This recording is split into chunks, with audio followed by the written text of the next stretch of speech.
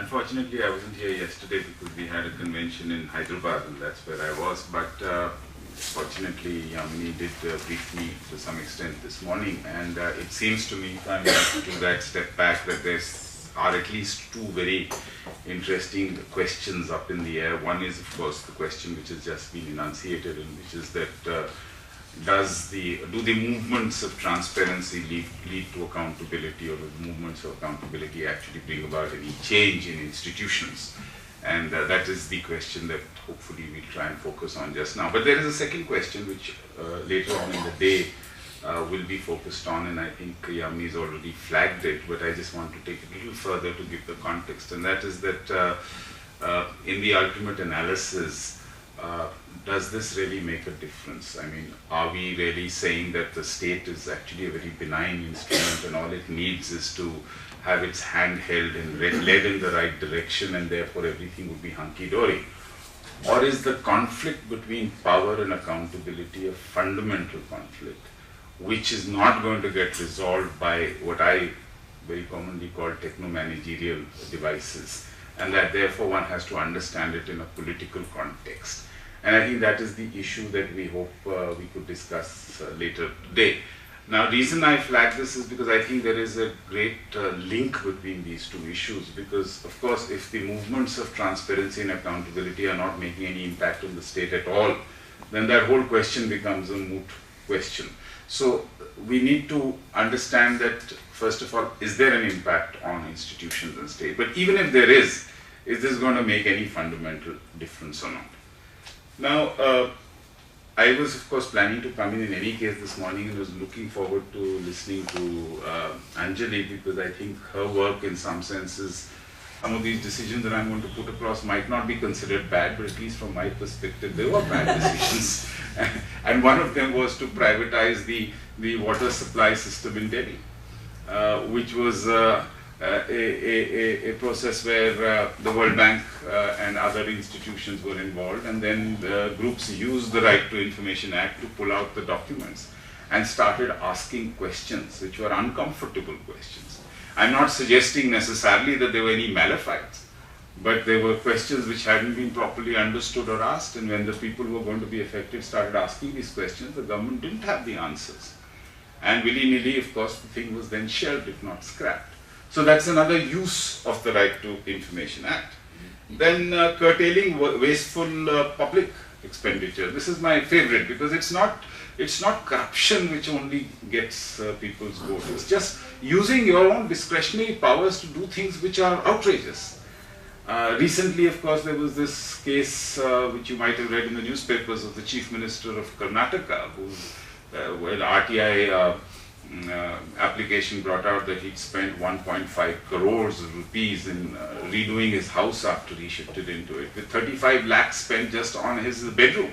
I'd love to see that bedroom. 35 lakhs spent on upgrading. And this is when there's drought, and all the civil servants are flying by economy and the ministers are flying by economy, and this guy is saying, okay, if I can't fly in comfort, let me at least live in comfort, that sort of thing. So now this has brought about a certain embarrassment.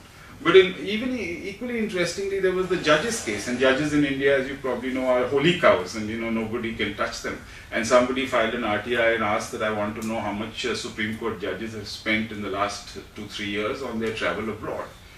And absolutely outrageous stories came. One Chief Justice travelled from Delhi, focused on those of us who have the ability, which usually by definition would be the better off or more educated or more empowered, to file RTIs, thereby making the rest of the population even more worse off, because they are not able to file RTI, so whatever little they got through the usual trickle down doesn't come to them. Is this what is happening?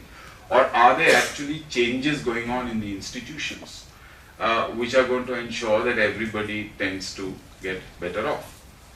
Here's where I think the work that Anjali and Amrita and the SNS are doing become particularly important, because all these cases that you've seen are cases focused on individuals who use the Right to Information Act.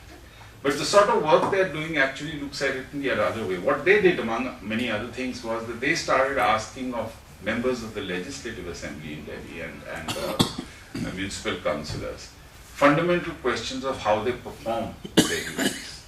So they didn't go to the individual saying that did this MLA solve your problem. They went to the MLA and asked some fundamental questions, like for example, how do you spend the money that you get for your local area development? And not just in terms of how you spend or what you spent it on, but what is the basis on which you make these decisions? And very interesting issues came up where, for example, you have one locality where, which is the major problem if you talk to the people is that there is no water. And what did the MLA spend his 1 crore or 2 crores on? To build a huge fountain in the middle of the square. So now, then people ask the MLA, what basis did you make this decision to spend it on this fountain? So the first thing that they started asking was the basis on which the MLA was making his or her decision. The second set of questions that were asked was what was the decision they were making. So they had a certain listing that these are the sorts of priorities. What is the first set of priorities among the community? Second, go into great detail, is prevention and exposure of corruption. And this is, the RTI Act has been much talked about as being a major instrument for this, that you expose corruption, and because there is a threat to expose corruption, so you prevent corruption. And we could examine later if this is actually happening or not, but I think there are at least enough case studies to suggest that there is an impact, and that it is how much the impact is something that somebody will have to study.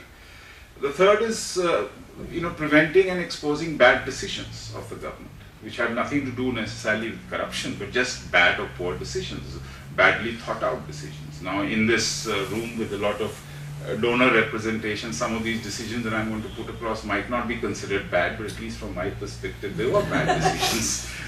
And one of them was to privatize the water supply system in Delhi, which was a process where the World Bank and other institutions were involved, and then the groups used the Right to Information Act to pull out the documents and started asking questions which were uncomfortable questions.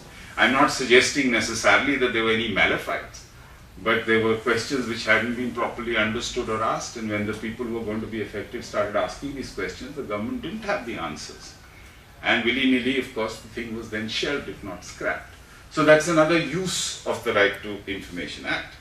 Then curtailing wasteful public expenditure. This is my favorite, because it's not corruption which only gets people's vote. It's just using your own discretionary powers to do things which are outrageous. Recently, of course, there was this case which you might have read in the newspapers of the Chief Minister of Karnataka, where the RTI application brought out that he'd spent 1.5 crores of rupees in redoing his house after he shifted into it, with 35